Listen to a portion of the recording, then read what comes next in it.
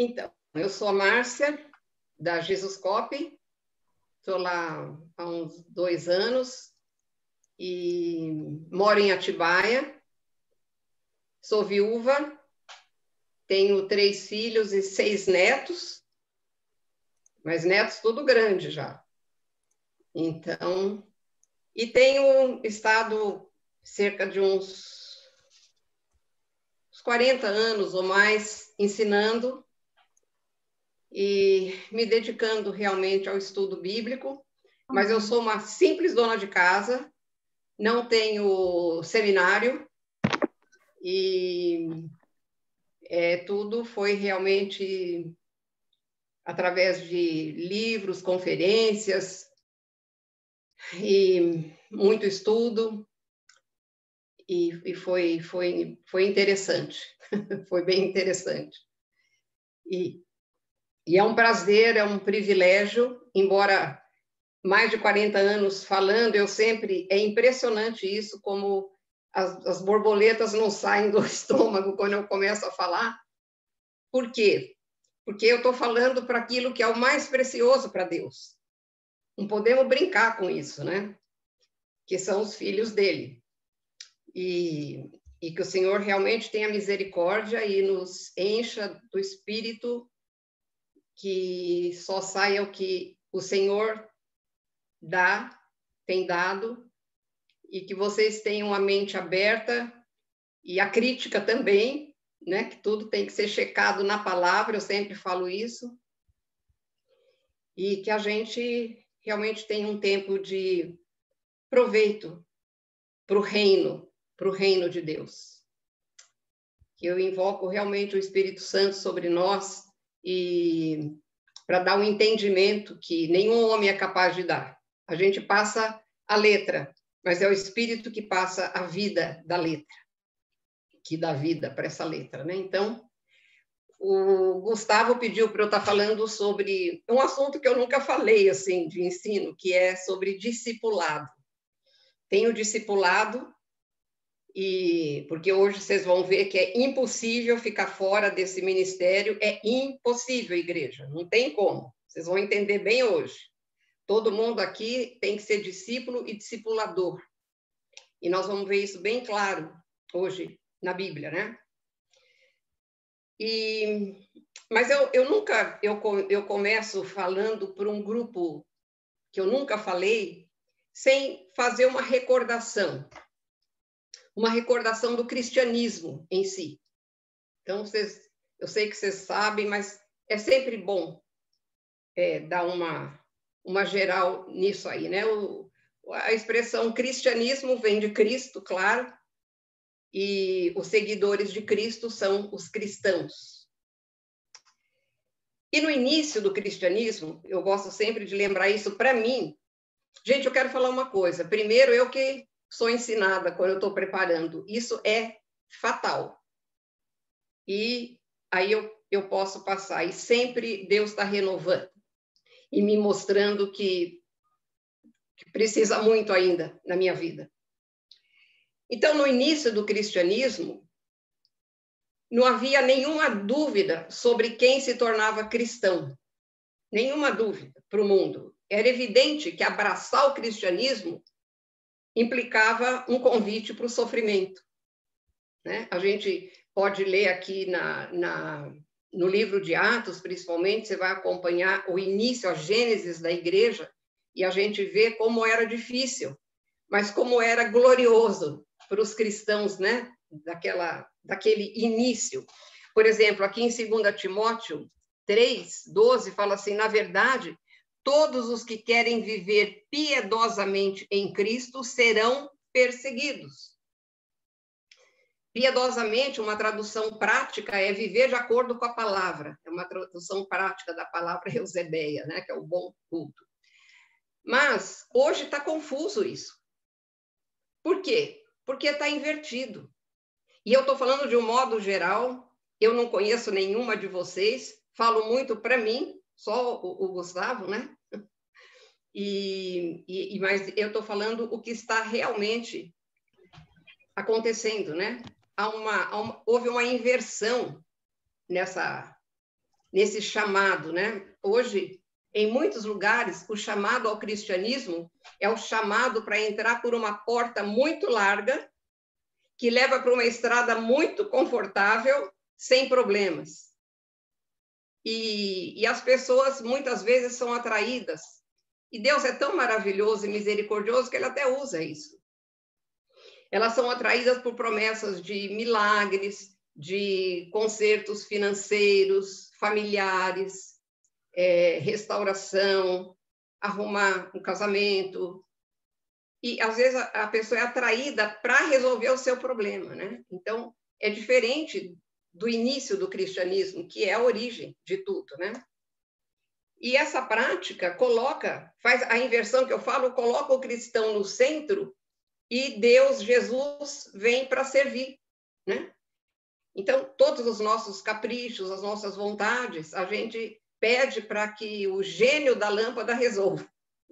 E muitas vezes, né, eu tenho contato com muita gente e eu sei como é que é. Então, fica decepcionado com o cristianismo. Espera só um minutinho que eu esqueci de fazer uma coisa aqui. Então, muita gente fica decepcionado. Eu conheço pessoalmente pessoas que se afastaram totalmente aborrecidas, decepcionadas, porque não foi o verdadeiro cristianismo que foi pregado, né? Foi uma promessa muito vã. É uma inversão, e a inversão é um dos melhores e maiores instrumentos que Satanás usa. Quando Satanás consegue inverter o padrão que Deus colocou, seja em que área for, família, pessoal, ministerial, se ele consegue inverter, ele ganha o jogo. Ele ganha o jogo, porque ele inverte o padrão de Deus, né? E a Bíblia, por outro lado, promete vitória, que o mundo não conhece, a vitória sobre a carne, sobre o mundo e sobre o diabo. Ela promete a alegria do Espírito Santo. Ela promete a paz que excede o entendimento. Deus claramente, Paulo fala, Deus nos deu a paz que excede o entendimento. E é tudo que o mundo busca, gente. E a gente tem isso, mas fica atrás das coisas aparentes, né? E paz é uma coisa que o mundo está buscando. Os milionários estão buscando. Os bem-sucedidos, os artistas estão buscando e não têm. E nós temos. Então, é uma coisa muito boa para a gente estar meditando nessa inversão. E agora só uma recordação do caminho que Jesus percorreu para nos salvar, né? Ele é Deus, né? Lá em João diz, e o verbo era Deus, o verbo é Deus, e o verbo se tornou carne. O Espírito Santo fez um corpo para Jesus, aí que ele passou a se chamar Jesus, e ele veio para resolver o problema, a dívida que o homem tinha deixado para com Deus. O pecado separou o homem de Deus e Jesus veio para tomar o nosso lugar diante da justiça de Deus, para que a nossa dívida fosse quitada. E o preço dessa dívida era a morte. Né? No dia em que você comer, morrendo, você vai morrer. Então, a alma que pecar, essa morrerá. E Jesus, então, lá na cruz, ele tomou o nosso lugar e sofreu a penalidade de Deus pelo pecado, que é a morte. E ele foi sepultado. Mas depois, no terceiro dia, Jesus ressurgiu. E tudo que ele levou sobre ele do pecado ficou enterrado lá no Hades. E ele ressurgiu num novo corpo, para uma nova vida. E a partir dali, quem crê no Evangelho, que é exatamente isso que a gente está falando de uma forma muito sucinta, recebe a nova vida. A mesma vida que ressuscitou Jesus, a mesma vida que foi perdida lá no Éden. Deus sopra de novo, um espírito novo. Um espírito novo. E aí que eu quero chegar, para a gente ficar preparado para o que nós vamos ouvir de discipulado. Ele sopra um espírito novo, a gente nasce de novo, ressurge espiritualmente. A gente nasce no reino de Deus, passamos a ser alguém no reino de Deus, mas nós não somos só espírito. Aliás, o homem é alma. Nós somos corpo, né? Que vocês estão vendo o meu corpo aqui. Nós somos alma, é a nossa personalidade. A alma é a nossa personalidade. Na alma estão, a mente é a sede da alma, estão a mente, a vontade e os nossos sentimentos. É isso que forma um ser humano, né? O pensar, o querer e o sentir. Aí está a minha personalidade. E cada um reage e interage nessas três áreas de modo diferente, o que faz o mundo muito interessante. E o nosso corpo. Quando eu entendo o Evangelho e recebo Jesus Cristo, Deus sopra um novo espírito e agora eu recebi a vida de volta para entender as coisas de Deus, porque Deus é espírito. E sem vida no meu espírito, eu não vou entender nada de Deus. E foi por isso que ele colocou um espírito lá no início. Adão era um boneco de barro e ele soprou o espírito de vidas. E o homem se tornou alma vivente. Então, eu preciso ter esse espírito de novo, de volta, para entender, para compreender as coisas de Deus, para ter comunhão com Deus, porque Deus é espírito. E a gente não pode ter comunhão com quem não é nosso semelhante, não tem. Aí está um dos aspectos importantíssimos da nossa semelhança. Então, Deus restaura o espírito que foi perdido na queda e imediatamente ele entra na segunda fase da salvação, que eu chamo, que é a salvação da nossa alma, que se chama santificação. Quando você nasce de novo, a sua alma está do mesmo jeito. O seu corpo está do mesmo jeito. Você não muda a altura, a cor de cabelo, de olho, de nada. E a alma também está do mesmo jeito. E o processo de santificação, que eu chamo, porque a Bíblia chama da salvação da nossa alma, a gente não tem tempo, porque esse não é o nosso assunto. Eu só estou deixando bem rapidamente aqui, para a gente entender o resto, poder compreender. Aliás, sem isso, a gente não compreende nem a vida cristã. A salvação da nossa alma está lá em 1 Tiago 1, está em 2 Pedro, depois, se vocês quiserem, até eu dou esse resumo para passar para vocês, tá? E a minha obsessão é ensinar as bases, gente. É a minha obsessão. Porque enquanto eu não conhecia as bases, eu era tão perdida. Eu dizia que eu tinha Cristo, mas eu não entendia nada na vida cristã, eu não crescia. Por isso que eu tenho essa mania. Então, Deus começa, imediatamente após o novo nascimento, ele começa a educação, a reeducação, a salvação da minha alma. Exatamente como uma criança. Uma criança nasce e você traz ela para casa e começa todo um processo de crescimento e educação. Por isso que Deus usa palavras que a gente entenda. Então, novo nascimento, eu lembro de um nascimento de uma criança. Então, a criança chega, né? Eu sempre brinco que falo, ninguém chega com uma criança em casa, põe no armário, fecha e tá bom, agora acabou. Ó. Não, aí que começa a encrenca. Né? Quem tem filho aqui sabe do que eu estou falando. Aí que começa toda a encrenca.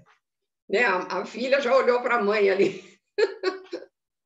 E a encrenca não acaba. Não acaba. Mas é muito, muito glorioso, muito bom, muito honroso ser mãe e ser pai. Mas, então começa, o nosso corpo vai ser salvo quando, no arrebatamento, ele for totalmente transformado, igual o corpo de Jesus, glorificado, e para nunca mais morrer, para nunca mais envelhecer, para nunca mais ficar doente, é um corpo novo, é o mesmo corpo com o qual Jesus ressuscitou e ficou 40 dias aqui mostrando o seu novo corpo. Então, é isso. Então, para a gente entender completamente o que é estar salvo, é isso. Primeiro, o nosso espírito é regenerado. Nós estamos num processo de santificação da alma. Deus está trazendo a nossa alma, a nossa personalidade, para a verdadeira humanidade, como ele criou. Então, é o processo de santificação. O que é isso? É simplesmente uma coisa só, sermos transformados à imagem de Jesus. Foi isso que foi perdido na queda. Deus está trazendo de volta o que foi perdido na queda, pelas mesmas etapas com que foi perdido. Né? E a segunda, então, é a salvação da alma, e depois o corpo será totalmente salvo para sempre. Tudo certo? Então, vamos entrar no nosso assunto. Discipulado. A igreja foi criada com um propósito que quando a gente precisa da revelação do Espírito Santo, gente, para entender esse propósito de tão maravilhoso e glorioso. Porque muitas vezes, né, a falta da gente realmente ler, a falta de ensino básico e tudo isso, levam a gente a ter uma ideia muito rasa do cristianismo. E essa foi minha experiência por mais de 30 anos. 30 anos, mais de 30 anos. Eu era frequentadora de igreja e meu marido era diácono, presbítero, sempre ele, enfim. Mas era uma coisa horrível. Eu falei, meu Deus, o que eu fazia? O que eu falava? Nem sei.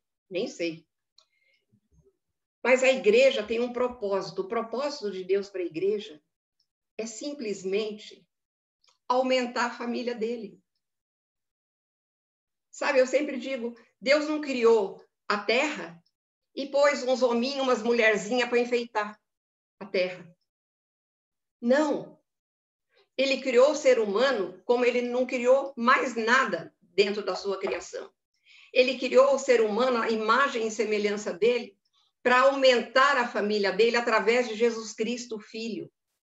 Romanos 8 diz que ele é o primogênito entre muitos irmãos, que Deus nos predestinou para sermos exatamente semelhantes ao seu Filho. Então, a meta da vida cristã é essa volta a como Deus nos criou. Porque esse é o grande plano de Deus para a humanidade. Aumentar a sua família. Nós vamos fazer parte da triunidade, igreja. Estão entendendo isso? Nós não vamos ser deuses, cuidado. Mas nós vamos fazer parte, através de Jesus Cristo, da triunidade. Nós vamos reinar, nós vamos governar, nós vamos fazer tudo junto com Cristo. Isso é claríssimo nas Escrituras, claríssimo. Mas, olha, eu vou te falar, eu levei anos e anos e anos e anos para entender isso ser uma revelação para mim. E é isso. Esse foi o propósito. Mas, dentro desse propósito, Deus, depois que Jesus foi para o céu, subiu, de novo, voltou para o Pai, ele deixou a igreja no lugar dele. Ele deixou a igreja no lugar dele e nós temos inúmeros propósitos aqui na Terra, mas um deles foi a última coisa que o Senhor Jesus falou imediatamente antes de subir para o céu. Então, quando eu falo foi a última coisa que ele falou, pessoalmente, em pessoa aqui na Terra, foi a última. Porque a última mensagem de Jesus para a sua igreja está na carta às 7 igrejas do Apocalipse, que é a mensagem mais sensacional que a igreja pode receber, e eu acho que a igreja devia estudar aquilo uma vez por ano. Aquela foi a última mensagem de Jesus para a sua igreja. Mas a última mensagem, a última ordem de Jesus, enquanto ele estava pessoalmente aqui na Terra, foi a que está em Mateus 28, no verso 18 a 20. E vocês estão caducos de saber, mas nós vamos ler. Jesus, aproximando-se, falou-lhes, dizendo: toda autoridade me foi dada no céu e na terra. Ide, portanto, fazei discípulos de todas as nações, batizando-os em nome do Pai, e do Filho, e do Espírito Santo, ensinando-os a guardar todas as coisas que vos tenho ordenado. E eis que estou convosco todos os dias, até a consumação do século, ou até o final do tempo. Esse, portanto, é muito importante nesses versículos. E a gente precisamos aprender a ler a Bíblia com mais meditação, para realmente ela fazer diferença na nossa vida. Porque é ela que aumenta a nossa fé, é ela que nos dá toda a direção, é ela que nos faz conhecer esse reino para o qual nós entramos. Eu preciso saber como é que ele funciona, para andar como deve nesse reino. Então, portanto, o que Jesus tinha acabado de falar? Vocês estão com o texto aberto aí? Não. Toda autoridade me foi dada no céu e na terra. Jesus deu uma informação. Gente, a gente precisa de fazer uma separação entre Jesus homem e Jesus Deus. Ele é homem perfeito, completo, e ele é Deus perfeito e completo. Então, aqui Jesus está falando como homem, o iniciador da nova raça, ele é o novo Adão, porque ele iniciou uma nova raça. E quando você nasce de novo, você nasce nessa nova raça. E quando ele fala, toda autoridade me foi dada no céu e na terra, é para o novo Adão, como tinha sido dado, só que Adão pisou na bola. Ide, portanto, quer dizer, porque me foi dada toda a autoridade, agora vocês podem fazer discípulos de todas as nações, batizá-los e ensiná-los. O que isso implica? Implica que Jesus e a igreja são um. Tudo que é dado por Deus para Jesus, toda a autoridade, todas as ordens, tudo é dado para a igreja igualmente, porque nós somos um. Entenda isso, igreja. Ele é o cabeça, a cabeça e nós somos o corpo. Isso mostra um. Não são duas coisas separadas. Então, quando ele fala, eu recebi toda a autoridade, portanto, agora vocês também têm essa autoridade para ir fazer discípulos de todas as nações. Isso é muito interessante. Mas a gente está obedecendo essa ordem? Nós mesmos somos discípulos e nós estamos fazendo discípulos? Outro dia, lá no Jesuscope, uma pessoa falando, não sei se o Gu lembra, ele começou a falar de ser cristão e ele falou assim, você aí, quantos discípulos você tem? Você aí, quantos discípulos você tem? Porque não tem escolha, nós vamos ver hoje isso, exatamente isso. Nós somos discípulos de Jesus. O discipulado é a maneira natural da igreja se desenvolver. É a maneira natural da igreja de se desenvolver. E a gente, inclusive, por muito tempo, eu pensei que discipulado era uma opção.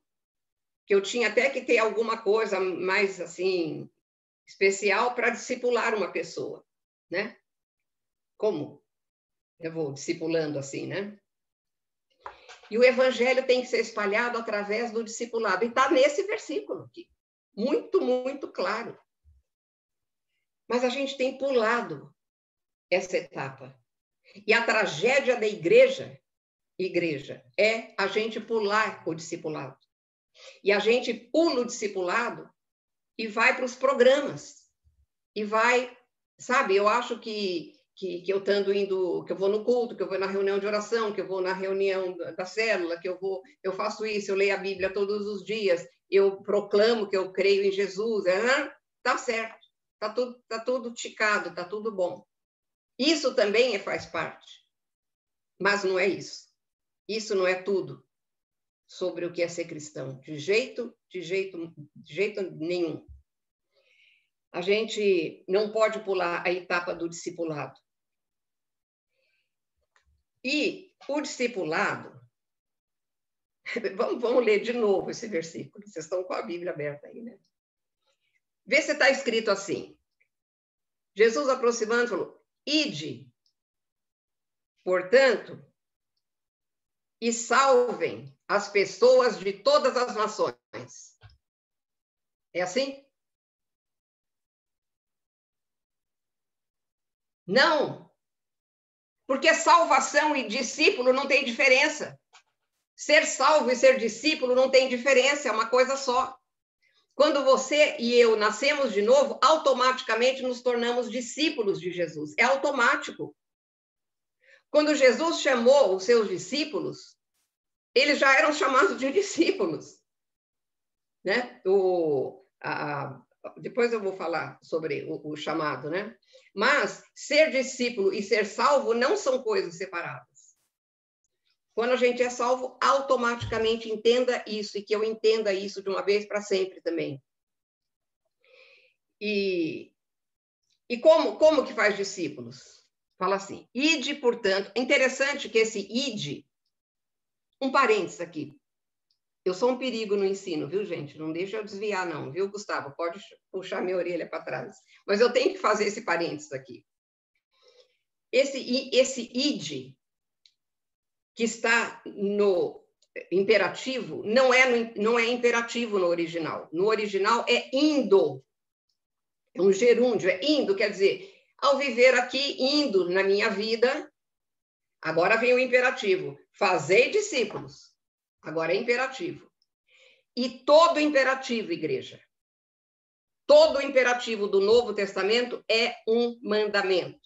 A gente acha que a lei terminou com Jesus Cristo, né? Não. Há mais de 1000 mandamentos para nós no Novo Testamento. No Velho havia 613 leis que os judeus deviam seguir. E aqui há mais de 1000 imperativos, que são mandamentos para nós. E esse é um deles. Indo, fazei discípulos. É um mandamento. Absolutamente um mandamento. E como que faz discípulos? Como é que começa? Se discípulo e ser salvo é uma coisa só, o que o texto diz? A primeira coisa que faz? Batizando-os. Gente, eu vou falar uma coisa meio chocante, mas essa história de pegar uma pessoa e pôr numa classe para batismo, e a pessoa primeiro tem que parar de fumar, de beber, tem que casar, tem que acertar a vida para batizar, não é bíblico. Não é bíblico. Crê e seja batizado. Está lá em Marcos.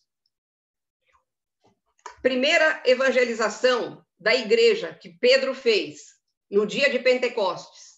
Quantos converteram? 3.000.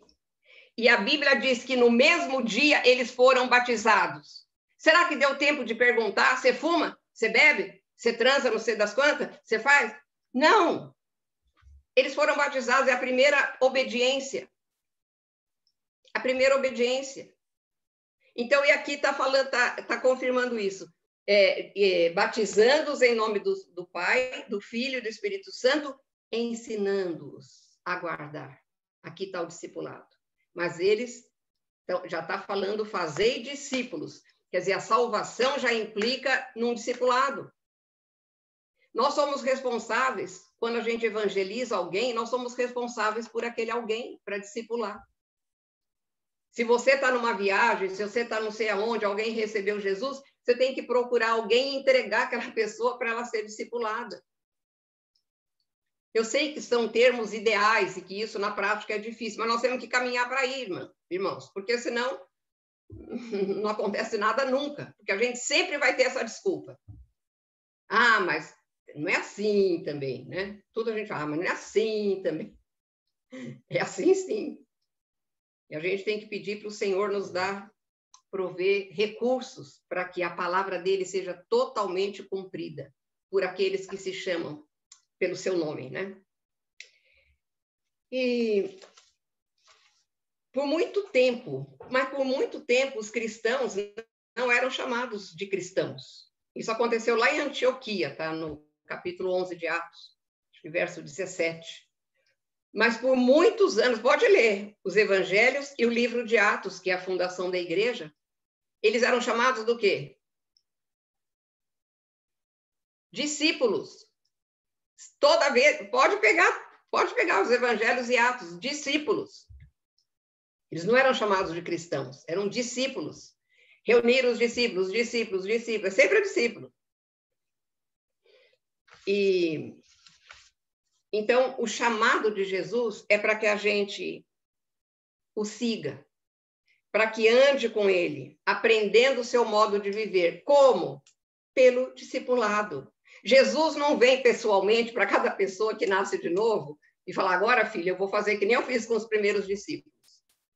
Não, é uma cadeia que ele formou. Ele preparou aqueles primeiros discípulos e quando ele subiu, ele deu esta ordem, eles cumpriram esta ordem e os seus discípulos se tornaram discipuladores e os discípulos desses discipuladores se tornaram discipuladores, que se tornaram discipuladoras, até que chegou para nós. Mas a coisa foi diluindo e virou essa coisa sem graça, sem vida. Vocês conhecem algum método de discipulado de igreja? E gente, eu não estou falando de nenhuma igreja em específico. Mas, às vezes, eles falam, você vai discipular fulano, né? Eu conheço várias igrejas que fazem isso. E aí dá um livro, é uma coisa fria, sem vida. Você dá um livro, você encontra uma vez por semana com aquela pessoa que você nem conhece direito, que acabou de entrar na igreja, mas você vai discipular. Aí você lê a lição com ela, tal, pode tomar um cafezinho, até logo, até a semana que vem. E assim vai. Mas não foi assim que Deus deixou o modelo. Os discípulos viveram 3 anos com ele. Os discípulos ouviam e viam o que Jesus falava e fazia. Eles, em outras palavras, eles viam Jesus viver da maneira como ele ensinava que tinha que viver. Isso que é um discipulador. Isso é um discipulador. E quando eu achei muito interessante, muito engraçado até, o que Francis Chan fala. Tem 2 livros que eu baseio meus estudos de discipulado, que é Francis Chan e Keith Phillips. Não sei se vocês conhecem, Formação de um Discípulo, e o outro é... Agora mesmo eu lembro. Ele diz assim, por alguma razão, muitos pensam que podem ser cristãos sem ser como Cristo. Porque o que o discipulado é, gente? O discipulado é tornar uma pessoa como Cristo, vivendo como Cristo, andando como Cristo, amando como tudo como Cristo. É lógico que isso é um processo, não vai ser assim, nunca. Mas nós temos que estar nesse caminho. Mas ele diz assim, por alguma razão, alguns pensam que pode ser cristão sem ser como Cristo. Agora, tem sentido você dizer que é seguidor de uma pessoa que você não segue? É que a gente faz coisa de louco e não percebe. Tem sentido? Não, eu sou seguidor de Cristo, mas eu não sigo Cristo. Eu só digo que eu sigo. Então, ele diz assim, é como se Jesus tivesse dito, oi, pessoal, será que vocês poderiam dizer que creem em mim e se chamarem a si mesmos de cristão? Mas eu não vou exigir que vocês façam ou não as coisas que eu faço, ou que mudem o seu estilo de vida. De jeito nenhum. Eu só quero pessoas que digam que creem em mim. É como se Jesus tivesse dito isso. E, em grande parte, a igreja perdeu o sentido do que é ser um seguidor de Jesus. Verdade ou mentira? Vocês estão identificando? Eu sei que a palavra é meio dura, porque o meu dom de ensino ele veio junto com exortação, não tem jeito. Então, mas primeiro eu que tomo as pauladas, viu, gente? Então, o que é um discípulo? O que é um discípulo? Depois de tudo isso que a gente falou. Um discípulo é um aluno que aprende as palavras, os atos, as ações e o estilo de vida do seu mestre. Os atos, as palavras, e o estilo de vida do seu mestre para ensinar outros, para viver naquele padrão e ensinar outros. Isso é a definição de um discípulo. Quando Jesus chamou os seus discípulos, ele chamou pessoas absolutamente comuns. E eles não faziam a menor ideia da mudança que a vida deles ia ter. Eles não faziam a menor ideia. E eles foram totalmente transformados e transformaram o mundo. Em poucos anos, irmãos, esses homens simples, alguns iletrados, que a Atos afirma, né, os pescadores, eles ficaram diante de governantes poderosos da época. E eles foram chamados daqueles que vieram transtornar o mundo. Foi uma acusação. Esses que estão transtornando o mundo, virando o mundo de cabeça para baixo, e deveria ser de cabeça para cima, então chegaram aqui. Isso era uma acusação, era uma coisa pejorativa, né? Mas vamos ficar animados? Vamos ver que tipo de pessoas eram estas que Jesus investiu 3 anos e meio da sua vida e que depois ele colocou toda a autoridade que ele recebeu. Quem eram, como eram essas pessoas? Em Marcos 10, diz assim, Jesus vai falar para os discípulos o que ia acontecer com ele logo em seguida. Eles estavam indo para Jerusalém e Jesus ia falar do que ia acontecer com ele, os sofrimentos, a morte, o escárnio e a ressurreição. E ele falou, eis que subimos para Jerusalém e o Filho do Homem será entregue aos principais sacerdotes e escribas. Eles vão condená-lo à morte, entregá-lo aos gentios. Vão zombar dele, cuspir nele, açoitá-lo e matá-lo. Mas depois de 3 dias ressuscitará. Isso está em Marcos 10, 33 a 34. Imediatamente, no verso 35, está registrado o seguinte. Olha qual era a preocupação. Brincadeira o que Jesus falou? Foi brincadeira? Ele não falou, olha, nós vamos para Jerusalém, mas lá não vai ter nenhum lugar para nos hospedar, nós vamos ter que dormir no Monte das Oliveiras. Não foi isso que ele falou. Ele falou do sofrimento dele. E imediatamente, olha o que estava ocupando a preocupação dos discípulos. Então, se aproximando dele, Tiago e João disseram, mestre, queremos que nos conceda o que vamos te pedir. Permita-nos que na tua glória nos assentemos um à tua direita e outro à tua esquerda. Ouvindo isso, indignaram-se os 10, os outros discípulos, contra Tiago e João. Você fica pensando, né? Depois de uma notícia dessa, eles vão lá e outro evangelho ainda registra que a mamãe foi pedir o lugar para eles também, né? A mamãe judia é diferente. Os outros ficaram indignados, mas não porque, assim, nossa, mas vocês estão falando nisso numa hora que o Senhor está dizendo que vai... Não, é porque eles também queriam o lugar. Eles se indignaram porque eles também queriam aquele lugar. E aí, poucos dias depois, imediatamente depois da ceia, da última ceia que Jesus está falando da sua morte, está falando do memorial, que aquele era o sangue que era para a gente lembrar da morte dele, era o pão, era o corpo que ia ser entregue. Depois daquela ceia e dessas declarações de Jesus, suscitaram também entre si uma discussão sobre qual deles parecia ser o maior. Gente, se meus discípulos fossem assim, eu já tinha desanimado. Eu já tinha desanimado. Entende? Mas Jesus não. Jesus sabia o que ele estava fazendo. Porque ele sabe que nós somos pó.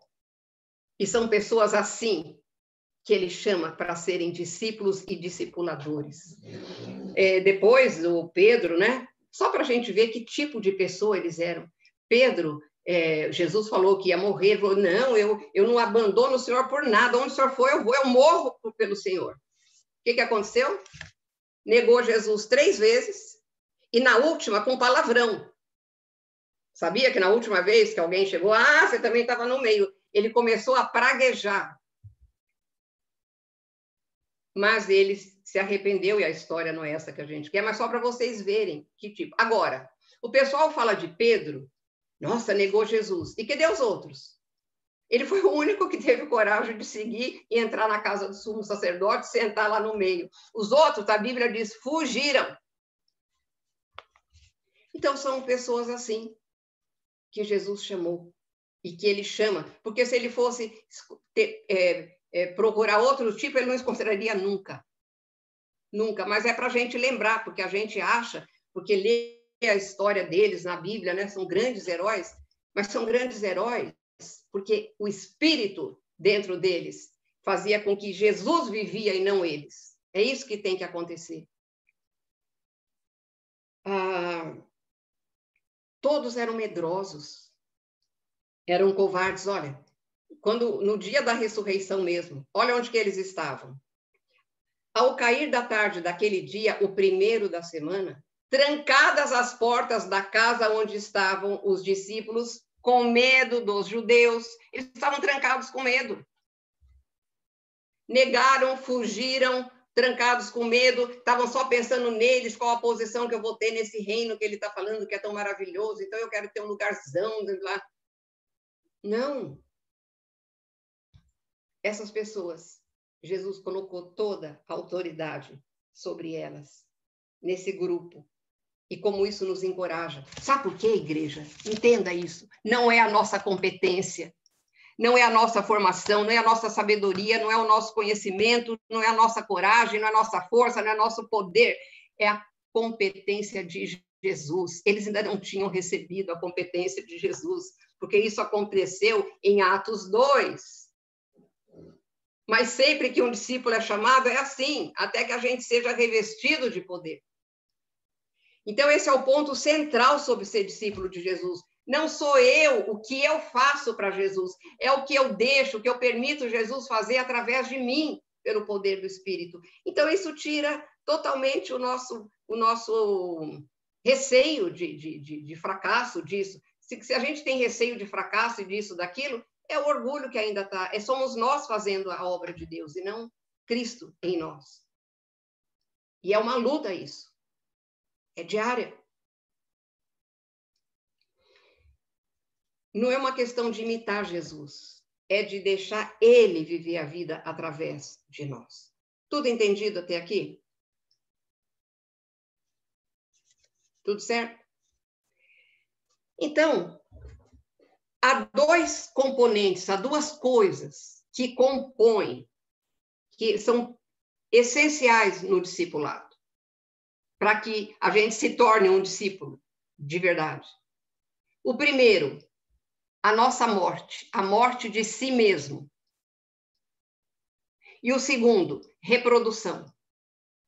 O primeiro é a morte, a nossa própria morte, e o segundo, reprodução. Como a gente está tratando o discípulo como alguém salvo, é a mesma coisa?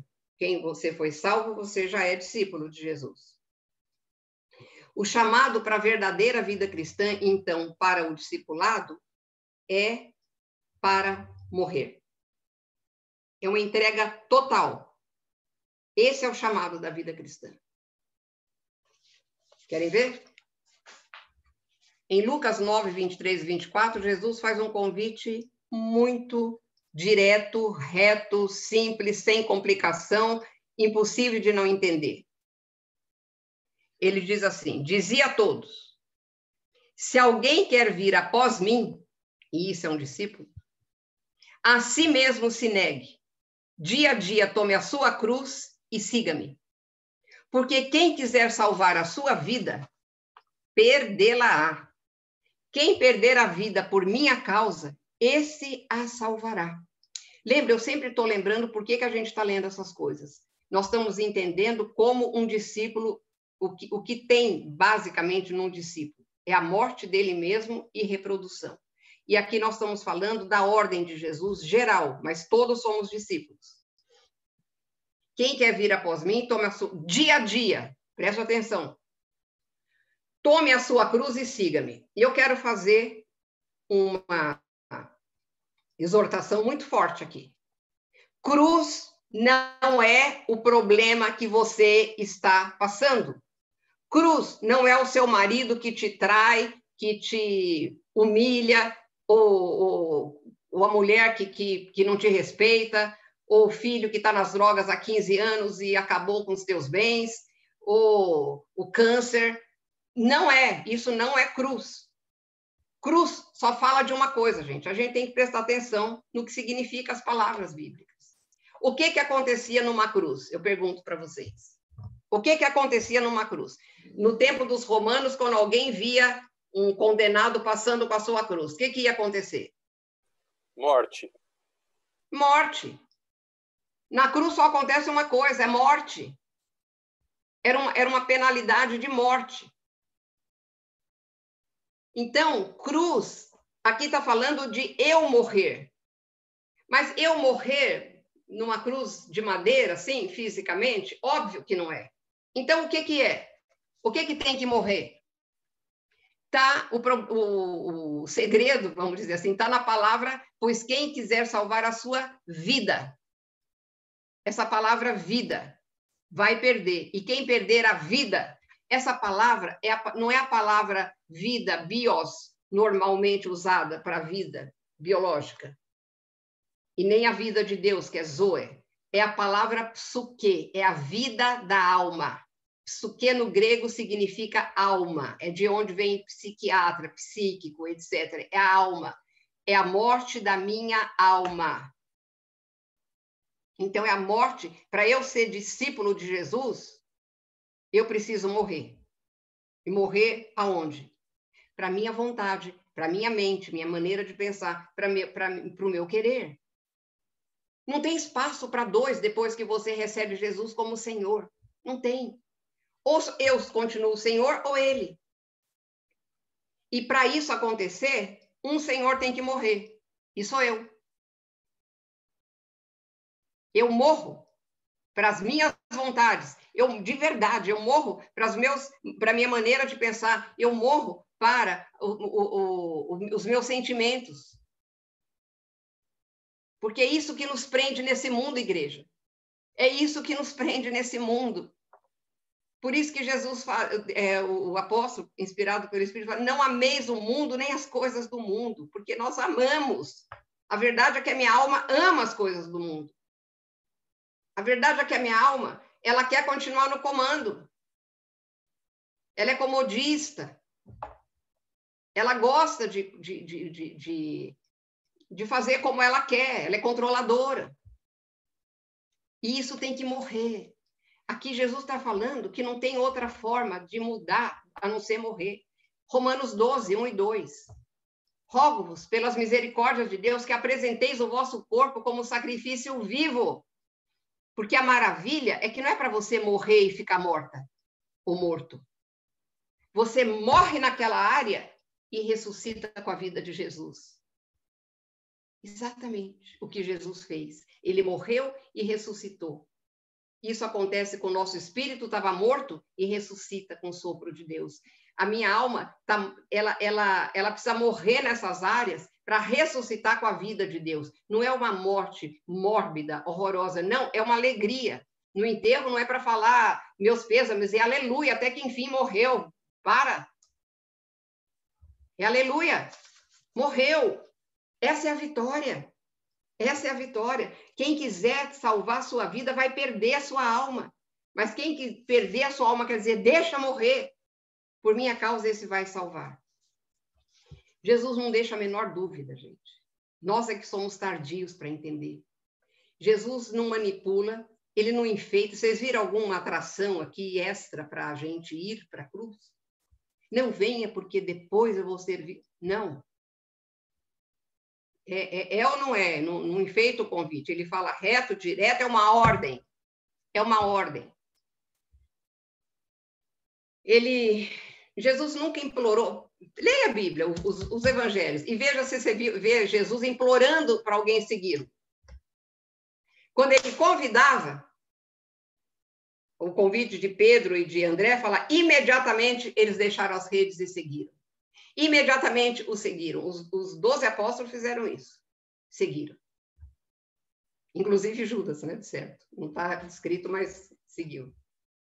Paulo precisou cair do cavalo, mas seguiu. E Jesus confronta, ele confrontou Nicodemos, ele confrontou os fariseus, ele não fica implorando para alguém. Lembra do jovem rico? A Bíblia diz que ele amou aquele jovem, mas ele deixou ele ir porque ele não queria. Ele não implora. E tem outra coisa, ele também não agradece, não louva, não elogia quem o segue. Porque a nossa salvação tem em segui-lo. E, na verdade, quando você obedece o segue-me, isso aconteceu no dia do seu novo nascimento. Segue-me. Implica a morte do eu.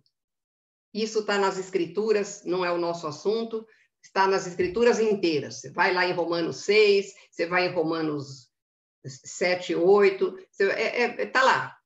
Não tem como. É um convite para a morte do eu. Keith Phillips, de novo citando, ele fala: cristianismo sem morte de si mesmo é apenas uma filosofia abstrata.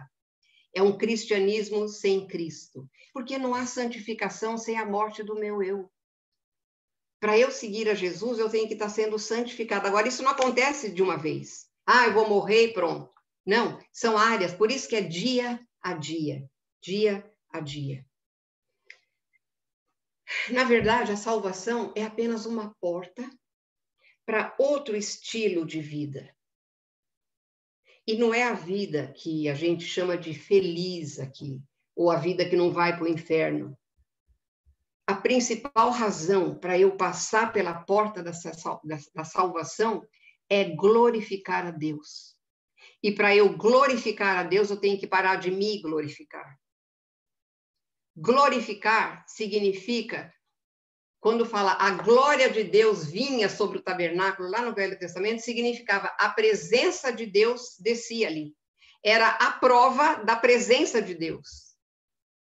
A glorificação, ela tem outros sentidos também, mas essa de falar, eu preciso glorificar a Deus com a minha vida, é uma frase tão usada, mas a gente entende bem o que é isso? O que é isso? Eu preciso que os outros olhem para a minha vida e não vejam a mim, mas vejam Jesus. É mostrar Jesus. Então, quando a gente entra para a salvação, é para glorificar a Jesus. Esse é o grande plano de evangelização de Deus. É que o mundo veja, não só ouça, mas veja vidas transformadas. Vidas transformadas pelo poder do Espírito Santo de Deus. Mas para ela ser transformada, eu tenho que morrer. E para eu ser discípulo, eu tenho que morrer. E eu tenho que ensinar isso para o meu discípulo. Tem que morrer, não tem jeito. A glória de Deus na minha vida, e se os outros verem Jesus na minha vida, é muito mais importante do que o meu bem-estar. Acompanhe a vida de Paulo que você vai entender isso. Porque ele está restaurando a verdadeira humanidade. Ainda tem tempo? O que significa morrer na prática? Gálatas fala assim, Gálatas 2, 19 e 20. Estou crucificado com Cristo, logo já não sou eu quem vive, mas Cristo vive em mim. A gente acha linda essa frase. Não sou eu, logo já não sou eu quem vivo, mas Cristo vive em mim. Mas você viu a primeira frase? Estou crucificado com Cristo. É a morte.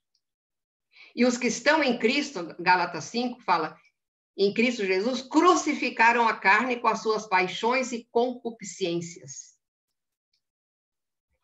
E João 12, que combina perfeitamente com Lucas 9, 23 e 24, que diz, em verdade lhes digo, se o grão de trigo caindo na terra não morrer, está falando de você e de mim, fica ele só, mas se morrer, produz muito fruto. Tanto em vidas que você vai alcançar, como em frutos para a sua vida na semelhança de Jesus Cristo. Tem os dois sentidos, fruto. Quem ama, de novo, a sua vida, perde. Mas aquele que odeia a sua vida neste mundo, irá preservá-la para a vida eterna. Está no mesmo versículo. Então, se não morrer, fica ele só, mas se morrer, produz muito fruto. Ó, quem ama a sua vida, quer dizer, quem não quer morrer, ama tanto a vida da alma que não quer perder, perde. Perde porque vai perder o que Deus quer fazer em nós, aqui na Terra. Mas aquele que odeia a sua vida nesse mundo, quando você passa a conhecer o padrão de vida de Deus, você começa a odiar mesmo. Começa com áreas da sua vida. Você fala, como que eu gostava disso? Como que eu fazia isso? Como?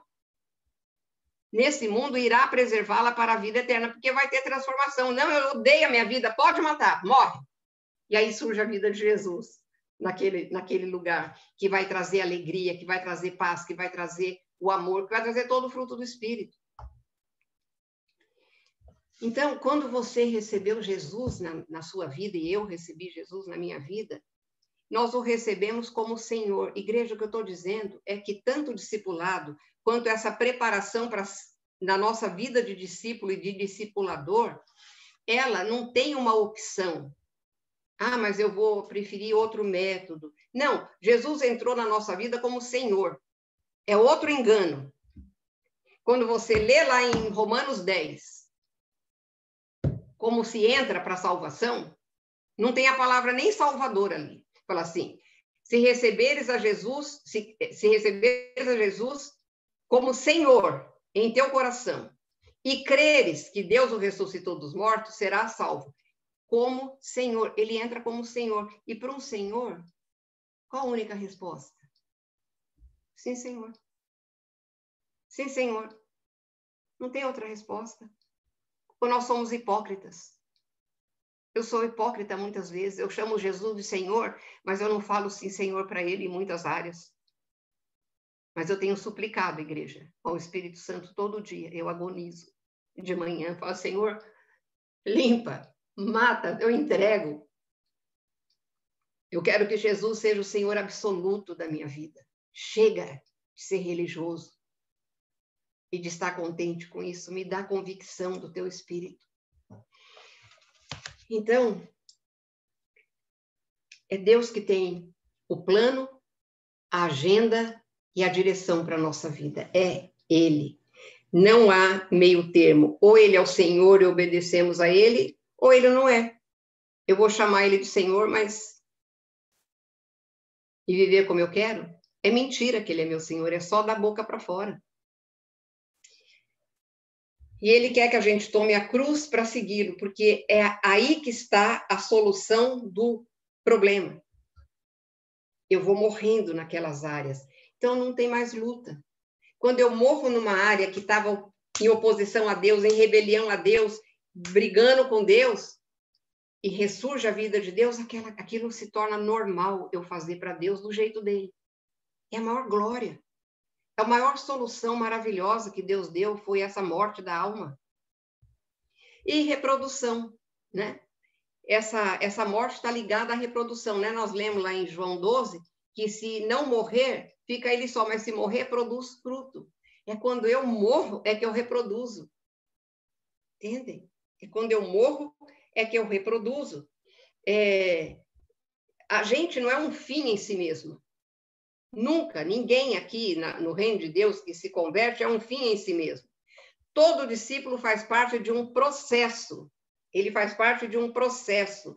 É o método de Deus, o processo é o método que Deus escolheu para expandir o seu reino. Eu vou discipulando, eu vou aprendendo e vou passando, vou aprendendo, vou passando. Mas para isso acontecer, eu vou sendo santificado, eu vou morrendo, eu vou ensinando o meu discípulo. Estão entendendo a engrenagem da coisa?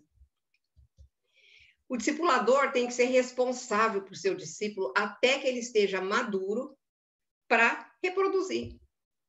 Não tem uma idade cronológica, física, que antes dela você não pode ter filho? É a mesma coisa espiritualmente. Tem uma idade espiritual, quando você está maduro, que você vai ter filho espiritual. Então, a gente não pode deixar o discípulo enquanto ele não estiver pronto para reproduzir. Tá? E isso que assegura a continuação do processo de discipulado, que é a vida cristã, gente. Não separem vida cristã de discipulado, é tudo uma coisa só.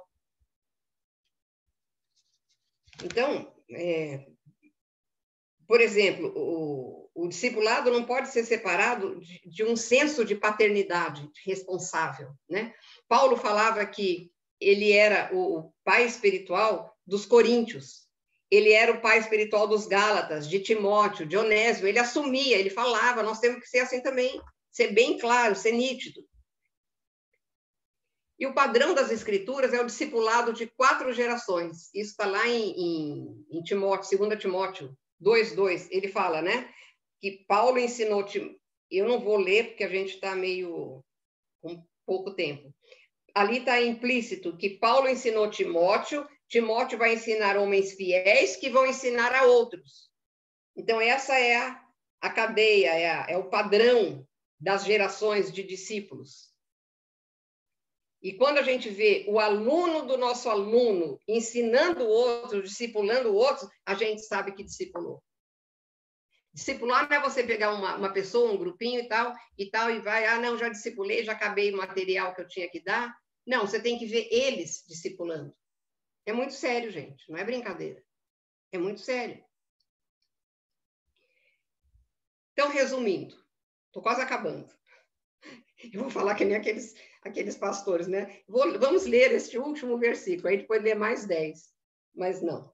Resumindo, o convite de Jesus é sem rodeios, é claro, mas ele é desagradável para a nossa alma. Eu vou ler outro versículo, que é bem parecido com esses que a gente leu.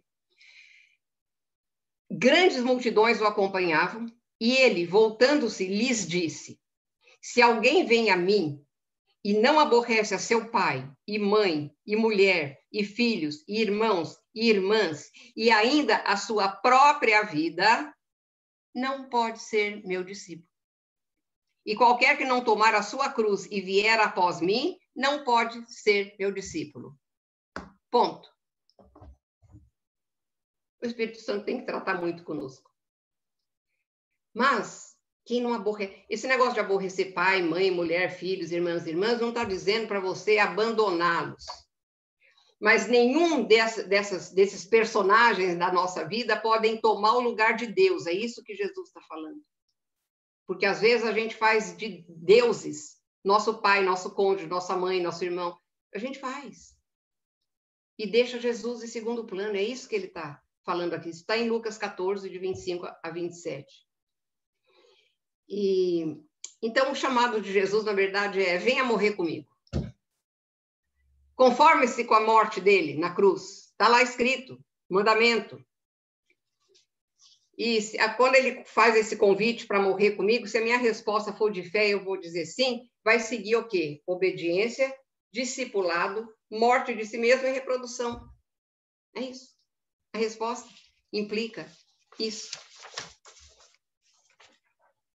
E Jesus, gente, não menciona nenhuma outra alternativa. Nenhuma outra. Então, como é que você sabe, ou eu sei que sou um discípulo? Quando começa a haver transformação real na minha vida. Quando eu começo a evidenciar o caráter de Jesus Cristo, é porque o Espírito já está fazendo a obra, já estou morrendo, já estou ressuscitando naquelas áreas. Então, o caráter, o meu caráter, o seu caráter, vai mostrar se você está no processo de discipulado. Porque eu não quero que vocês entendam que isso, você passa por esse processo, acaba e pronto, agora eu sou um discipulador. Isso não existe. O resto da nossa vida nós vamos estar sendo transformados, tá? Então, entenda bem isso. Então, mas para o teu caráter, é preciso que a gente morra. Porque não há como alguém ter 2 pessoas governando. Aí vira esquizofrenia. Aí é loucura. Não pode ter 2 pessoas governando a sua vida. Ou é você, ou é Jesus. Eu estou falando para cristãos. E para ter o caráter de Jesus, o velho eu tem que estar morto, de fato. Às vezes a gente sabe que ele morreu, foi crucificado, o meu velho homem, mas ele está vivo. Ele continua mandando no pedaço ali, não. Ele tem que realmente estar morto. Trabalhar para Jesus numa igreja, ou seja, onde for em alguma organização evangélica, sem ter o caráter de Cristo, não funciona. É trágico. Escandaliza o mundo. Estão entendendo? Trabalhar para o Senhor, na obra do Senhor, sem ter o caráter de Cristo, sem começar essa transformação, não é que você vai ter que ser perfeito, mas não ter começado essa transformação é trágico. É trágico para o Evangelho e para tudo, né? Alguém disse assim, gente, para você curar alguém e tratar alguém, você tem que ser médico. Para você construir, você tem que ser engenheiro. Para você defender ou acusar alguém, você tem que ser advogado. E para fazer a obra de Cristo, eu tenho que ser como Cristo. Está no mesmo nível. Está no mesmo nível, só que um é nível espiritual. E vou falar, se você se entregar, é mais fácil do que fazer uma faculdade. E uma graduação, uma pós-graduação, um doutorado, um pós-doutorado, porque agora precisa de tudo isso, né? Para você conseguir. Então, o problema é que a gente se importa mais quando a gente entra na obra de Jesus, a gente se importa mais com as nossas habilidades e com as nossas capacidades do que com o nosso caráter. Os maiores erros que eu já cometi da minha vida, porque eu sou pastora, tive igreja com meu marido por alguns anos, foi tragédia. 2 igrejas foram fechadas, para mim foram fechadas. Porque a gente não olhava o caráter, olhava as habilidades, as capacidades. Nossa, fala bem, tem uma boa aparência, então vamos chamar para dar aula, vamos chamar para pregar, vamos chamar. E era uma tragédia atrás da outra. Nós temos que buscar de Deus. Discernimento. Discernimento é uma das coisas que a gente mais precisa nesses dias. Discernimento. E não confiar na habilidades e capacidades, mas precisamos de olhar para o caráter. Não que uma coisa tem para você trabalhar e você tem que ter alguma capacitação. Não estou dizendo isso, embora eu já vi coisas muito tremendas de pessoas que não sabiam nem ler e tinham um ministério impressionante. Mas é caráter, igreja, é caráter. É isso que faz um discípulo. Precisamos ser como Jesus para realizar as obras de Jesus. Jesus falou assim, em verdade, eu lhes digo que aquele que crê em mim fará também as obras que eu faço e outras maiores fará porque eu vou para junto do Pai. Como é que eu vou fazer essas obras sem o caráter de Cristo, sem a transformação? O que mais revela o caráter de Cristo para mim na Bíblia, que eu chamo de retrato de Jesus Cristo, é o fruto do Espírito. O fruto do Espírito, na verdade, ali de Gálatas 5, é um retrato de Jesus Cristo. O fruto do Espírito em nós é ser alguém que tenha amor, vai prestando atenção, alegria, paz, longanimidade, que está relacionado com paciência, benignidade, bondade, fidelidade, que também se mistura com fé, mansidão e domínio próprio. É isso que Deus está esperando, que ao eu viver aqui no mundo, tudo que eu faça tem esse carimbo. E não é isso aí é o fruto. Fruto, está no singular. Parece até gramaticalmente errado, né? O fruto é 9 itens. Não, mas é um só. Eu sempre falo que nem uma mexerica. É uma só, mas tem uma opção de gomo. Então, é isso que tem que observar em nós, isso que temos que pedir para nós, esse fruto do Espírito, o caráter de Jesus. A gente veria 4 coisas muito marcantes na vida de Jesus. Muito marcantes, que diferenciava Jesus de todo mundo. Era a obediência, a submissão, o amor e a vida de oração. Obediência, submissão são diferentes. Amor e uma vida de oração. É incrível como você vê isso claro na vida de Jesus, né?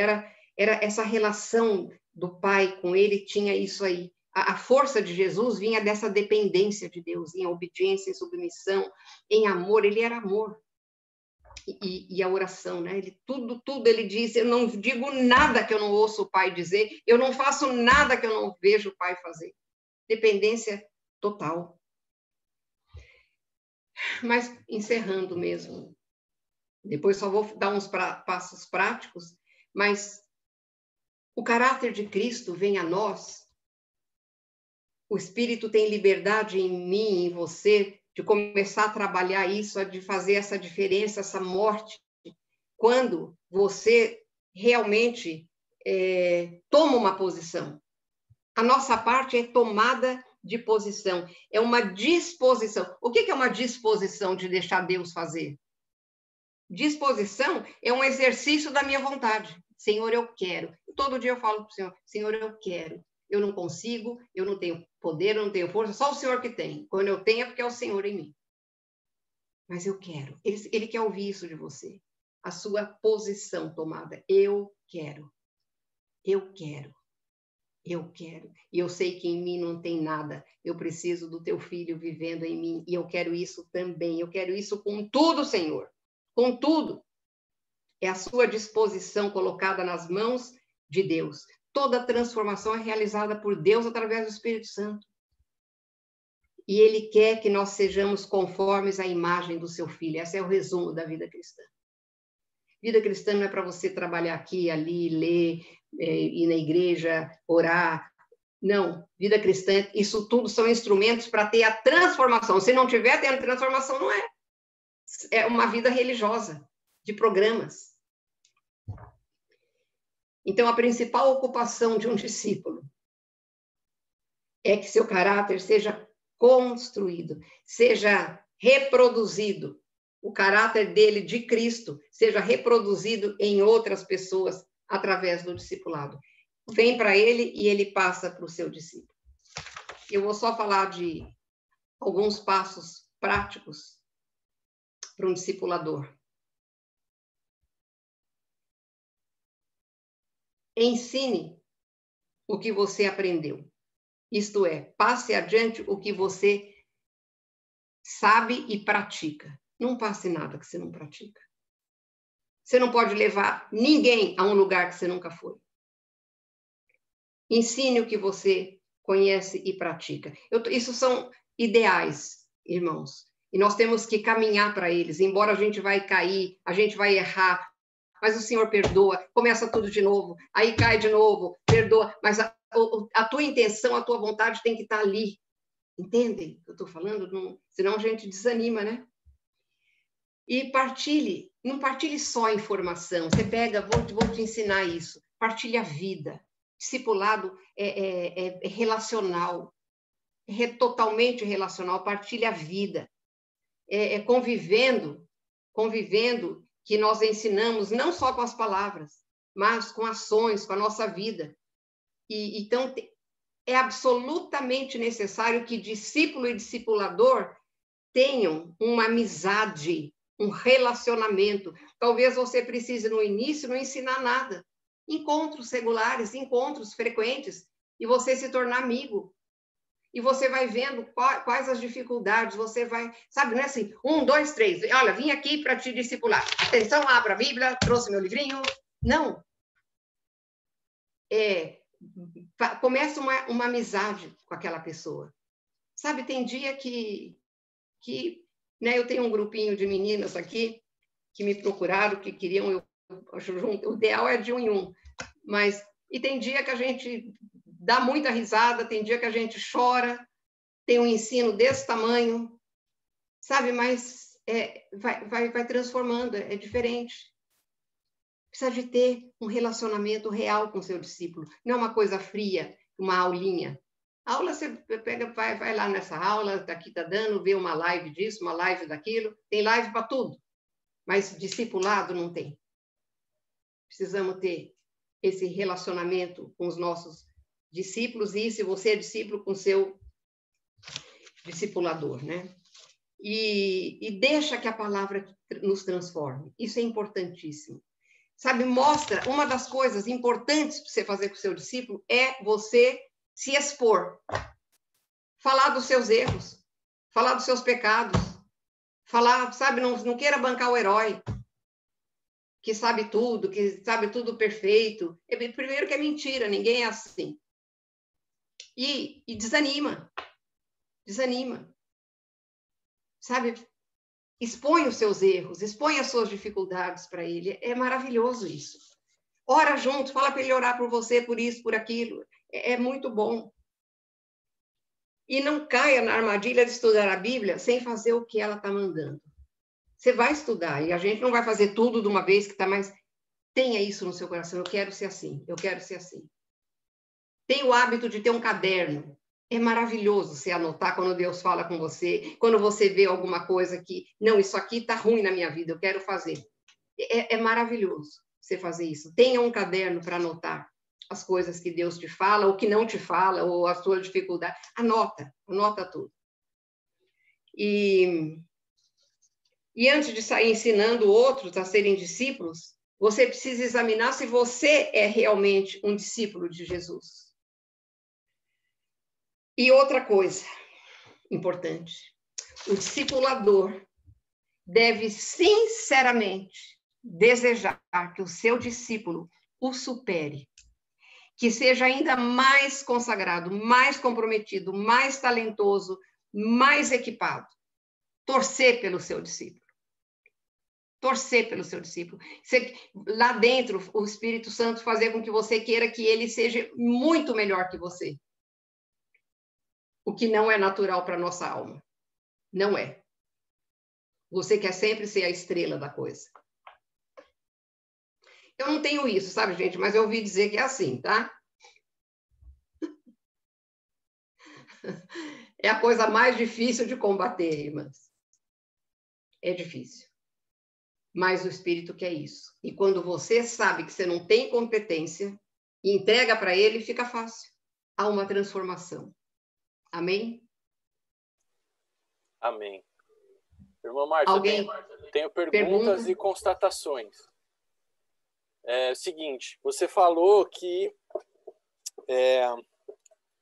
existe esse modelinho, muitas vezes, nas igrejas, assim, padronizadinho, né? Um processinho escrito, passo a passo, para como que o discipulado acontece, mas não necessariamente tem que ser dessa forma, né? Eu sempre gosto de falar que o que o mundo está falando aí de top of mind, de mais... Nossa, descobriram de última moda, já está na Bíblia. Então, o mundo está falando muito que você tem que ter um mentor. Se você quer ter um mentor profissional, você tem que ter um cara que já chegou onde você quer chegar, o cara que tem 10 vezes mais dinheiro do que onde você quer ter, um cara que se relaciona melhor com as pessoas onde você quer chegar. Então, falar assim em termos práticos, né, irmã Márcia, eu acho que a gente podia... talvez a gente congrega numa igreja onde não existe esse padrão de discipulado, né? Então, como escolher uma pessoa para andar com ela? Porque o que a gente faz aqui, gente, não é discipulado, tá? Não sei se você sabe, você fala para alguém que você tem um discipulado, não é discipulado. Por quê? Você conhece só uma fatia da minha vida. Você não anda comigo, né? O irmão Márcio falou aqui que discipulado, o aluno aprende as palavras, você pode até aprender as palavras que eu falo. Os atos e o estilo de vida você conhece em parte, né? Então, para você ser discipulado por alguém, você precisa andar junto dessa pessoa. Você está tendo aula com a irmã Márcia, sabe por quê? Porque eu vi ela dando aula lá na Jesuscope e eu perguntei, quem que é essa moça aí? Ah, ela é Nossa, assim, moça, ela é gostei da moça. Essa senhora, ela é assim, ela é assada, ela é isso, aquilo. Ah, descobri o telefone dela, mandei mensagem para ela, irmã Márcia, tudo bem? Meu nome é Gustavo, eu estou estudando a Bíblia aqui, você pode me responder umas perguntas? E eu fui atrás dela, meu. Cacei essa senhora e já fui tomar até sopa na casa dela. Estou sendo muito edificado. E nós não temos uma relação formal de discipulado. Eu não estabeleci formalmente minha discipuladora. Mas eu estou sendo discipulado de certa forma porque eu estou escolhendo estar perto dela e aprender com ela. Então, uma coisa que eu posso dizer para você é, veja dentro do seu ciclo de pessoas quem é essa pessoa que você admira, que mais se parece com Cristo, que você pode ver essa pessoa tem caráter. E você não precisa chegar para ela e falar assim, você quer ser meu discipulador. Mas você cola nela, meu. paga um café para ela, incomoda ela, aborrece ela, fica em cima dela, suga dela, aprende dela o que ela tem, o estilo de vida dela. E isso já é, de certa forma, um discipulado, porque Paulo disse: sede meus imitadores, como eu sou de Cristo. Cristo é o modelo, mas Paulo disse: agora que Cristo já foi, tem eu aqui para você olhar. Então, a gente pode também reproduzir esse princípio. Olha para uma pessoa que você conhece e que te inspira Jesus e cola nela.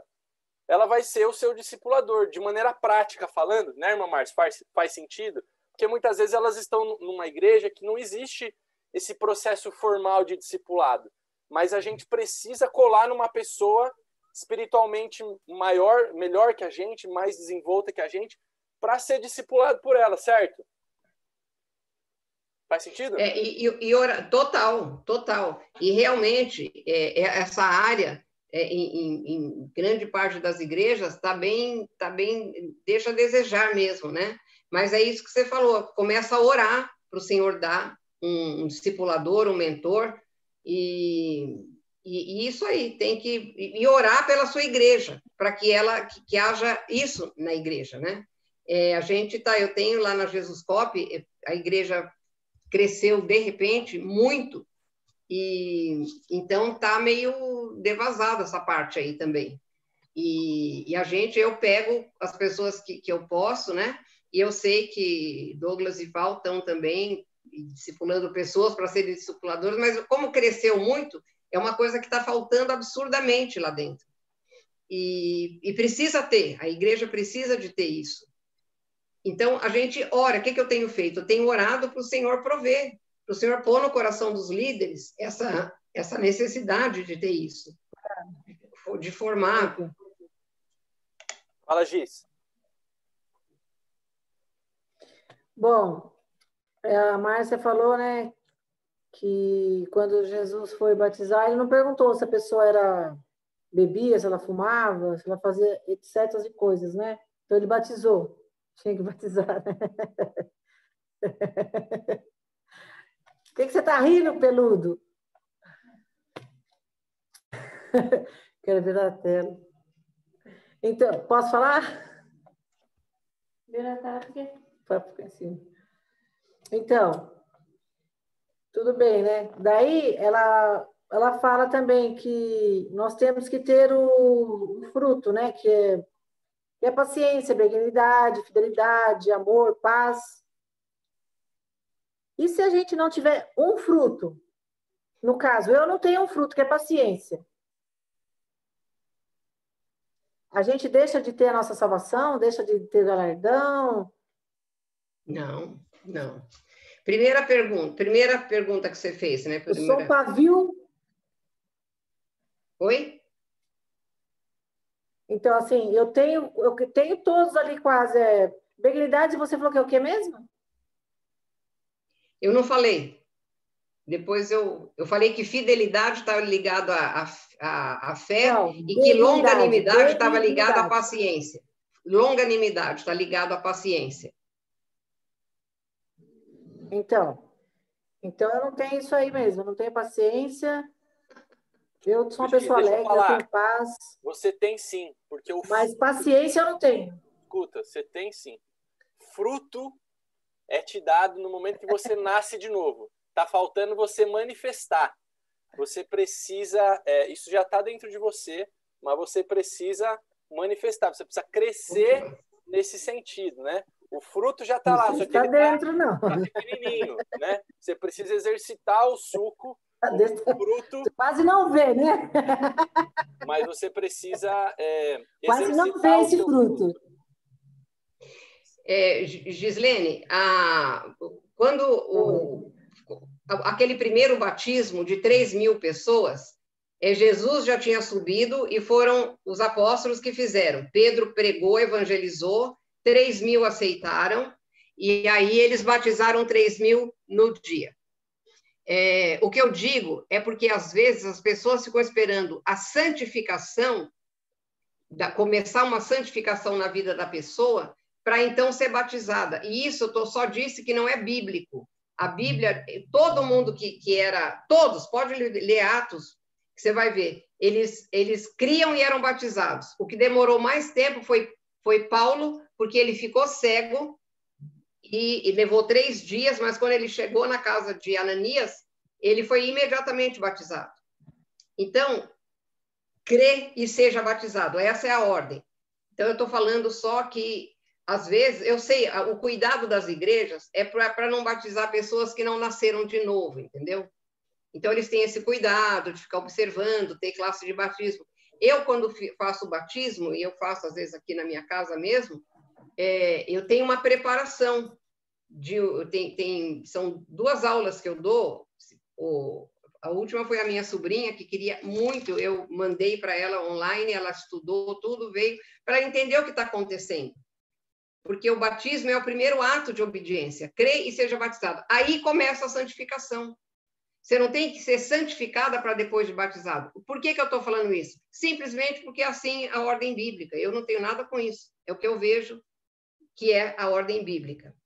Agora, o fruto do Espírito. O fruto do Espírito, quando o Espírito... Olha, o fruto do Espírito, não é o fruto da Gislene, nem da Márcia, nem do Gustavo, nem da Nádia, do Espírito. Quando o Espírito vai habitar em você, porque no dia que você nasceu de novo, o Deus te soprou um novo Espírito e ele já foi habitado pelo Espírito Santo de Deus. O Espírito Santo habita em você, no seu Espírito novo. Mas a sua alma precisa de salvação, de santificação. Então, lá no seu Espírito, no Espírito Santo, com o Espírito Santo, está todo o fruto do Espírito, como o Gu falou, em semente. E quando Deus dá uma figura na Bíblia, presta atenção, que nem um novo nascimento, eu tenho que pensar numa criança que vai crescendo. Fruto. Como é que aparece um fruto? Primeiro tem que plantar uma semente, nascer lá um brotinho, depois uma árvore, a árvore se desenvolver, aí que ela vai dar fruto, ela vai dar flor e depois o fruto. Então é um processo, mas ele está aí dentro mesmo e você precisa de cultivar. Eu queria falar que eu tenho um curso maravilhoso, chama O Fruto do Espírito. Se você quiser, ele está você pode pegar.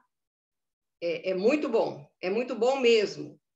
Eu acho talvez mais importante que o panorama, porque ele vai falar de fruto por fruto, a função, ele vai falar como você cultiva, para que serve, e é muito bom mesmo, tá? Então, depois, se você quiser, você me fala,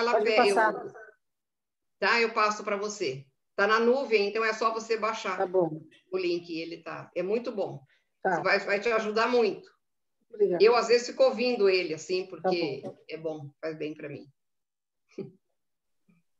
Mais perguntas, gente, sobre discipulado? Dúvidas, tristezas, dissabores? Eu tenho mais uma pergunta, Márcia. Só eu que tenho sabores. Como saber que eu estou pronto para ser um discipulador?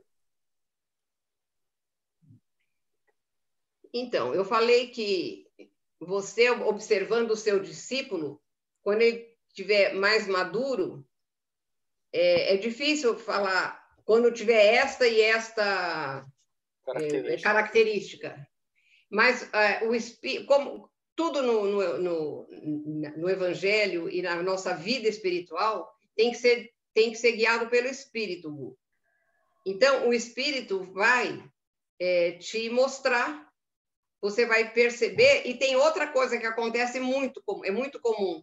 A pessoa, sem querer, já pega um discípulo. Entendeu? Começa a discipular.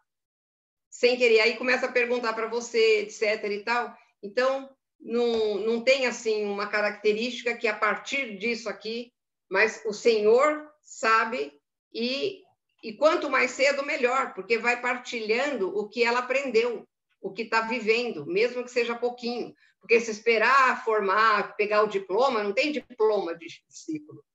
Não acontece nunca. Não acontece nunca. Então, fiquem, assim, com a gente, tem coragem e começa a passar o que você já aprendeu, de verdade. Por isso que eu dei aqui nos passos, ensine o que você já aprendeu.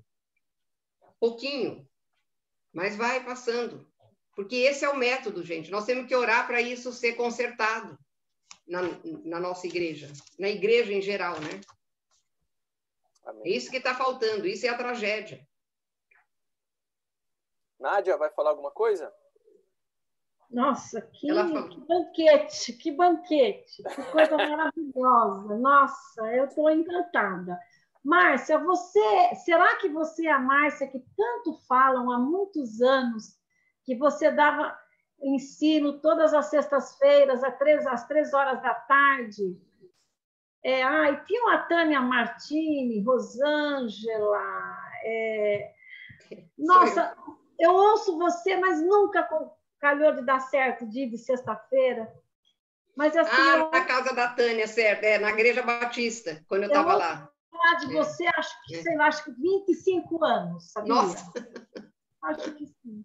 Então, eu louvo a Deus pela sua vida, porque, assim, realmente você é tudo aquilo que falam de você mesmo. Mas, na época, acho que você não estava em igreja. Teve uma época que você, acho que não estava congregando em nenhuma igreja. Ela não prega, ela não está em igreja, ela fala da palavra. E hoje eu pude ter o privilégio de te conhecer. Louvo a Deus. Vamos marcar um café, que eu quero aprender mais com você. Estou às ordens. Muito obrigada, viu? Olha, maravilhoso, viu? Muito bom. Amém. Toda a glória para ele, porque eu não tenho nada, Nádia. Isso eu tenho certeza. É tudo dele. É tudo dele. São as conexões divinas, né? Outro dia eu fiz uma pergunta para a irmã Márcia, assim, sobre um assunto. Ela falou assim, olha, Gustavo, quando eu comecei a estudar esse assunto, em 1991, eu tinha 3 anos de idade. E ela já estava coletando, guardando os versículos lá para concluir. Ai, Senhor, que bênção. Mas é isso aí, gente. Obrigado. Hoje é uma aula única, né? Normalmente a gente tem várias aulas, mas a irmã Márcia condensou numa aula só, porque ela achou que não tinha assunto para muitas sessões. Então, na semana que vem, a gente já vai ter aula com o Leandro.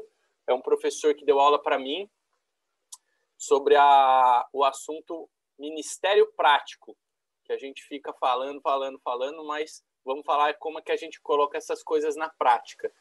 Vai ser uma matéria um pouco mais longa também, de 3 ou 4 aulas. E ele é o melhor professor que eu tive, sem brincadeira. É o cara mais especial, assim, que eu gostei mais da aula dele, com mais didática, vai ser sensacional. Eu tenho me esmerado em trazer professores, como vocês viram hoje, da melhor qualidade, né? Então, irmã Márcia, eu quero agradecer a sua disponibilidade, viu, de estar conosco. Como é que foi a palavra aqui? Vou aborrecer você outras vezes, para você vir dar outras matérias para nós. E muito obrigado pelo seu cuidado aí, trazer esse ensino para nós. E eu vou pedir para você orar, para a gente encerrar. Tá bom? Eu queria orar pela vida dela depois. Você queria orar? Obrigada, agradeço. Quero orar. Então, ora primeiro, Nádia, daí depois ela ora encerrando. Tá bom. Senhor Deus e amado Pai, nós te louvamos, ó Deus, porque Tu és bom, porque Tu és o nosso Deus, porque Tu és imutável, Senhor Deus, porque Tu és um Deus presente e porque o Senhor preparou esse tempo para nós aqui, Senhor. Obrigado por este banquete, Senhor Deus. Eu louvo a Deus pela vida da Márcia, Senhor Deus, e eu louvo a Deus por esse ministério que há anos ela tem investido, tem trabalhado, tem investido em mulheres, Senhor Deus. E quantas vidas, Senhor Deus, esta mulher tem levado para Ti, Senhor Deus. Eu, nesta noite, Senhor Deus, quero abençoar, Senhor Deus, a sua casa, a sua vida emocional, espiritual, Senhor Deus, amém. Cada detalhe, cada área da sua vida, Senhor. Amém, os seus filhos, os seus netos, o seu marido, Senhor, que ela continue alargando as fronteiras, meu Pai, que ela continue, Senhor, abençoando vidas, Senhor Deus, que como hoje aqui ela falou, Pai querido, Pai amado, que, Senhor Deus, que nós precisamos te buscar, Senhor Deus. Nós precisamos nos dispor, Senhor.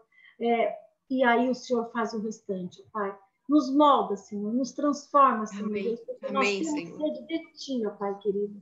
Obrigado, Senhor, por podermos começar, Senhor, este ano, este novo estudo, Senhor Deus. e com este banquete, Senhor, que possamos ter, Senhor Deus, isso dentro de nós, que possamos discipular, Pai, que possamos amar ao próximo, Senhor Deus, que com o nosso amor iremos alcançar muitas vidas, ó Pai. Abençoe a vida dela e tudo que ela fizer, Senhor, é no teu nome que eu oro e agradeço. Amém. Amém. Amém, Senhor. Pai, eu também quero te agradecer muito pela vida dessas irmãs, desse irmão que também estava lá, pela vida do Gustavo, que tem se disposto a expor a tua palavra e não mede esforços para isso, que ama, Pai, com tanto amor ele faz isso, Senhor. Eu quero te louvar pela vida dele, abençoar a vida dele, cada uma dessas queridas que estiveram aqui vendo, esse irmão também, e que te agradecer pelo privilégio, Senhor. É um privilégio falar para o teu povo, Senhor. É um privilégio muito grande, é quase que eu não consigo entender, Pai, como é que o Senhor usa. E te louvo, te agradeço e abençoo a casa de cada uma dessas mulheres, desse irmão, do Gustavo, com as tuas bênçãos, com o teu entendimento, Pai. Dá entendimento naquilo que eu não pude dar. Amplia, Pai, essa palavra, que teu Espírito conserve na memória, mas na memória espiritual também, Pai, tudo que veio de ti e apaga tudo que não veio de ti. Em nome de Jesus, eu te agradeço mais uma vez, Pai, por poder estar aqui com elas e que a gente possa se conhecer mais e ter mais contatos, Pai, em nome do Senhor Jesus. Amém. E amém. Amém. Tchau. Tchau, boa noite, minha Obrigado, gente. Boa semana e colhem em pessoas melhores que vocês, hein? Colhem nas pessoas que vão fazer vocês crescerem, tá bom? Beijo, boa semana. Fiquem com Deus. Tchau, boa semana. Beijo.